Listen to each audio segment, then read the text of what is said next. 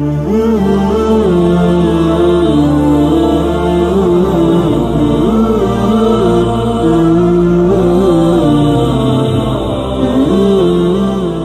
بالله من الشيطان الرجيم بسم الله الرحمن الرحيم وإذ قلنا ادخلوا هذه القرية فكلوا منها حيث شئتم رغدا وادخلوا الباب سجدا وقولوا حطة نغفر لكم خطاياكم وسنزيد المحسنين فبدل الذين ظلموا قولا غير الذي قيل لهم فأنزلنا على الذين ظلموا رجزا من السماء بما كانوا يفسقون وَإِذْ قُلْنَا، اور یاد کرو اس وقت کو جب ہم نے کہا ادخلوا هذه القرية، اس بستی میں داخل ہو جاؤ، فَكُلُوا مِنْهَا حَيْثُ شِئْتُمْ، پس کھاؤ اس میں سے جہاں سے چاہو، رغداً کھلے طور پر، وَادْخُلُوا الْبَابَ سُجَّدًا، اور تم بستی کے دروازے سے داخل ہونا سجداً، سجدے کی حالت میں، جھکنے کی حالت میں، وَقُولُوا، اور تم کہو حِطَّةٌ کہ معافی ہے، توبہ ہے، معافی ہے، نغفر لکم خطایاکم، ہم تمہاری خطاؤں کو معاف کر دیں گے، وسنزید المحسنین، اور نیکوکاروں کو مزید عطا فرمائیں گے۔ فبدل الذین ظلموا، پس بدل دیا ظالموں نے، قولاً بات کو، غیر الذی، اس بات سے جو کہی گئی تھی، غیر الذی قیل لہم، جو ان سے کہی گئی تھی اس کے علاوہ سے، فانزلنا علی الذین ظلموا، پس ہم نے اتارا، نازل کیا ظالموں پر، رجزاً عذاب، من السماء، آسمان سے، بما کانوا یفسقون، بسبب اس کے کہ جو وہ فسق کرتے تھے، گناہ کرتے تھے۔ سورہ بقرہ کی آیت نمبر 58، اس سے ماقبل جو رکوع اور یہ جو رکوع چل رہا ہے، ان دونوں کے اندر بنی اسرائیل کی 3 نعمتوں کا ذکر، کہ اللہ تعالیٰ چونکہ آپ صلی اللہ علیہ وسلم کے مخاطب مدینہ منورہ میں یہودی لوگ تھے، بنی اسرائیل تھے، تو ان کو ترغیب دینے کے لیے، قریب کرنے کے لیے، دعوت دینے کے لیے، ان کو ان کے آباء و اجداد پر جو اللہ تعالیٰ نے نعمتیں کی گئی تھیں، ان کو یاد دلایا گیا، پچھلے رکوع میں بھی اور اس رکوع میں بھی۔ اب اس میں سب سے بڑھ کر جو ان پر نعمت تھی وہ تھی غلامی سے نجات، تو فرعون کے وہ غلام رہے ایک عرصے تک، تو اس سے نجات ملی، اور دوسرا اس کے بعد پھر اللہ تعالیٰ نے کتاب دی، تورات کتاب دی ان کو، اور تیسرا پھر من و سلوہ، بیٹھے بٹھائے خوراک کا انتظام ہو جاتا تھا، جس کا ذکر ماقبل دروس کے اندر گزر چکا۔ اب یہ جو آیت نمبر 58 ہے، اس کے اندر حکم ان کو دیا جا رہا ہے کہ اس بستی میں داخل ہو جاؤ۔ اس بستی سے مراد قریب کی ایک بستی تھی اریحہ، یعنی جب یہ بحر قلزم سے پار کر کے آگے گئے، آگے وادی تی تھی، تو جو میدان تی تھا وہاں پر ٹھہرنا نہیں تھا انہوں نے، وہ تو ایک گزرگاہ تھی، گزر کر آگے جانا تھا، اور آگے اگلی جو بستی تھی وہ انہوں نے وہاں پر جا کر رہنا تھا، کیونکہ ان کا مسکن تو وہ تھا، ان کے آباء و اجداد حضرت ابراہیم علیہ السلام اور ان کی اولاد جو تھی وہ تو شام اور فلسطین کا علاقے کی تھی، اریحہ بھی اسی ایک بستی، انہی علاقوں میں ایک بستی تھی، تو وہ تو یوسف علیہ السلام کے زمانے میں یہ لوگ وہاں سے ہجرت کر کے مصر آ گئے، تو پھر مصر میں آباد ہو گئے، اور کرتے کراتے پھر یہ گویا کہ ساری قوم ہی غلام بن گئی، تو اب چونکہ نجات مل گئی، تو اب آگے ان کو یہ حکم تھا کہ اپنی واپس اسی بستی میں جاؤ جو تمہارے آباء و اجداد کی تھی، شام اور فلسطین، اور وہاں کے جو لوگ ہیں ان سے جا کے جہاد کرو اور اس کو فتح کرو، تمہاری بستی ہے وہ۔ تو چونکہ ایک عرصے سے یہ غلامی کی زندگی گزار چکے تھے، تو غلام ویسے ہی بزدل ہوتا ہے، جیسے کہ انگریز کا دور آیا تو انگریز حاکم بن گیا، تو گویا کہ انگریز کی غلامی میں ایک عرصہ گزارنے کے بعد آج تک اس کے اثرات باقی ہیں۔ یہ غلامی ایسی چیز ہے کہ غلامی انسان کو بزدل بنا دیتی ہے۔ تو انہوں نے بھی ایک عرصہ غلامی میں گزارے تھے، تو انہوں نے کہا کہ ان فیہا قوما جبارین، کہ جہاں جس بستی کا آپ کہہ رہے ہیں وہاں تو امالقہ قوم کا قبضہ ہے، اور امالقہ بڑے سخت جنگجو ہیں، تو ہم کیسے ان کے ساتھ جنگ کر سکتے ہیں؟ اور انہوں نے کہا لن ندخلها حتی یخرجوا منها، کہ ہم تو ہرگز داخل نہیں ہوں گے، ہاں اگر وہ امالقہ خود چھوڑ کے چلے جائیں تو پھر جا کے ہم بیٹھ جائیں گے وہاں پہ۔ اور یہاں تک کہا کہ فَاذْهَبْ أَنْتَ وَرَبُّكَ فَقَاتِلَا، فَاذْهَبْ أَنْتَ وَرَبُّكَ، انداز بھی ایسا بے ادبی والا تھا۔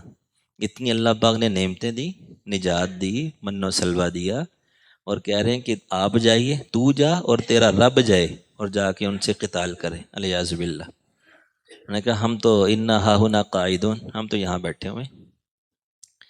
تو گویا کہ جو ترک جہاد کیا، ترک جہاد کی جو ذلت تھی ان پر مسلط کر دی گئی، اور وہ جو گزرگاہ تھی میدانیں تھی وہیں پر ایک عرصہ دراز ان کو رہنا پڑا۔ بعض روایات میں تو آتا ہے کہ 40 سال رہے، اور بعضوں میں آتا ہے 70 سال رہے اسی میدان کے اندر، حالانکہ ایک گزرگاہ تھی۔ بس اللہ تعالیٰ نے فضل یہ فرمایا کہ موسیٰ علیہ السلام کی دعا کی برکت سے کہ اس میدان کے اندر پھر رہنے کا یہی سامان ہوا کہ دھوپ جب ہوتی تھی تو بادل چھا جاتے تھے، اور کھانے کے لیے من و سلوہ مل جاتا تھا، وہ بٹیر جیسا ایک پرندہ تھا، اور ترنجبین شیریں قسم کی ایک چیز تھی۔ تو یہ اللہ تعالیٰ نے ایک انعام عطا فرمایا۔ تو تھی تو وہ گزرگاہ، تو بہرحال وہاں پھر اتنا عرصہ ان کو ٹھہرنا پڑا۔ تو ان لوگوں نے تو جہاد نہیں کیا، موسیٰ علیہ السلام بھی وفات پا گئے، حضرت ہارون علیہ السلام بھی وفات پا گئے۔ آگے جا کر حضرت یوشع علیہ السلام کا دور آیا، تو اس میں چونکہ ایک نسل جو اس وقت موجود تھی موسیٰ علیہ السلام ہارون علیہ السلام کے زمانے میں، وہ ختم ہو گئی، فوت ہو گئے سارے، نئی نسل تھی، نیا جذبہ تھا، نیا خون تھا۔ تو ان کو پتہ چلا کہ ہم اس وادی کے اندر کیوں بھٹک رہے ہیں، کہ ہمارے بڑوں نے ترک جہاد کیا تھا، جہاد کا حکم تھا، اصل ہم نے آگے جانا ہے۔ تو ان کے اندر ایک جذبہ پیدا ہوا، تو وہ پھر جو ہے نا بستی میں داخل ہوئے، اور انہوں نے جہاد کیا، تو اللہ تعالیٰ نے ان کو فتح عطا فرمائی۔ اب اسی کا یہاں پر ذکر ہے کہ تم جو ہے نا اس بستی میں جاؤ تو ہم تمہیں فتح دیں گے، نبی سے وعدہ کیا گیا تم نے جہاد کرنا ہے، ہم فتح دیں گے۔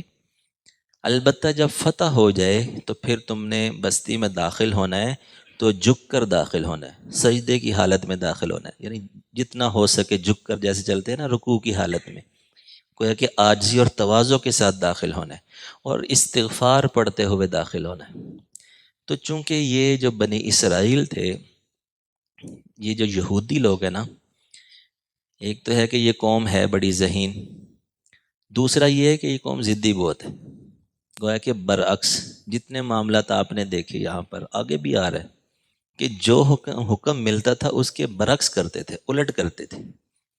اب جب اتنی نعمتیں اللہ پاک نے دے دی اور یہاں تک کہ فتح بھی دے دی، تو اب ہونا تو یہ چاہیے تھا کہ جو حکم تھا کہ عاجزی اور تواضع کے ساتھ داخل ہوتے، انہوں نے بالکل برعکس کیا۔ اب دیکھیے کہ جب فتح مکہ ہوا تو اس وقت آپ صلی اللہ علیہ وسلم اتنی عاجزی اور تواضع سے داخل ہوئے کہ سواری کے اوپر آپ علیہ السلام بیٹھے ہوئے تھے، اور احادیث میں وہ سارا نقشہ آتا ہے۔ تو حدیث کا مفہوم یہ ہے کہ آپ علیہ السلام اس قدر جھکے ہوئے تھے کہ آپ کا سر مبارک آپ کی اونٹنی کے کوہان کو لگ رہا تھا، اتنا بالکل جھکے ہوئے تھے، یعنی اکڑ اور تکبر نہیں تھا، کیونکہ فتح یہ اللہ تعالیٰ کی نعمت ہے، اللہ تعالیٰ کا انعام ہے، اور اتنا بڑا انعام ہے، تو جب جتنا بڑا انعام ہوتا ہے اتنا ہی زیادہ شکر کرنا ہوتا ہے۔ تو یہ یہاں پر بھی جو سجدے کا حکم تھا یہ بطور شکر کے تھا۔